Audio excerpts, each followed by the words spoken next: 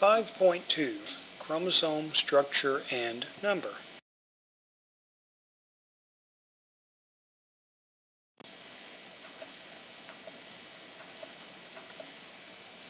Before we look at the exact mechanics of mitosis and meiosis, we need to remember our definitions. Mitosis is nuclear division that maintains the chromosome number. Meiosis is nuclear division that reduces the chromosome number.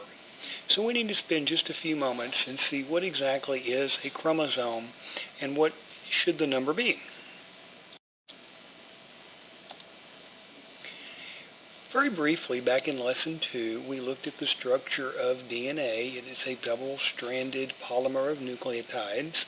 Those strands are held together and form the DNA helix. That DNA helix is wrapped around some proteins, which are called histones. Whenever the DNA is wrapped around the histones, it forms what is called a nucleosome, and so it looks kind of like a little chain of pearls. And then those nucleosomes coil around one another, and this condenses and compacts the DNA. Those coiled nucleosomes then form something called looped chromatin.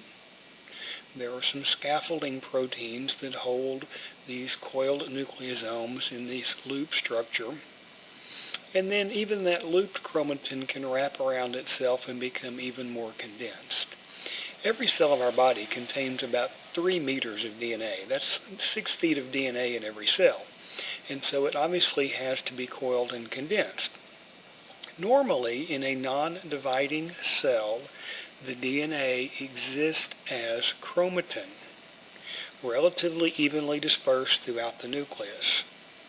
The term chromosome refers to an even more highly condensed structure that only exists during cell division. So you see down at the bottom, this represents the most highly packaged, most densely packaged structure of the chromosome, and again, this only occurs during cell division. Each species has a characteristic number of chromosomes. Here are some examples. Humans have 46 chromosomes in each of our cells. If you were a corn plant, you would have 20 chromosomes. Another example, fruit flies have 8 chromosomes. This is the total number that's found in somatic cells. This is called the diploid number, and it is abbreviated by 2N. So the diploid number in humans is 46. The diploid number in fruit flies would be 8. Actually, these chromosomes occur in pairs.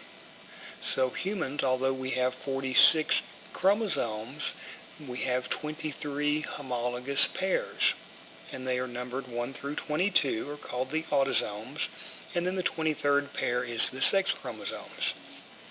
The two types of cell division that we're going to be looking at, mitosis is going to maintain the diploid number. We start with one cell. It's going to divide into 2 daughter cells, and both of those resulting daughter cells will have the diploid number. Meiosis reduces the chromosome number to make gametes. So, although a somatic cell in humans has 23 pairs, 23 homologous pairs, the gametes, the egg and the sperm, only have 23 chromosomes. That number is reduced by 1/2, and we would call this the haploid number. So for humans, the diploid number is 46. The haploid number would be 23.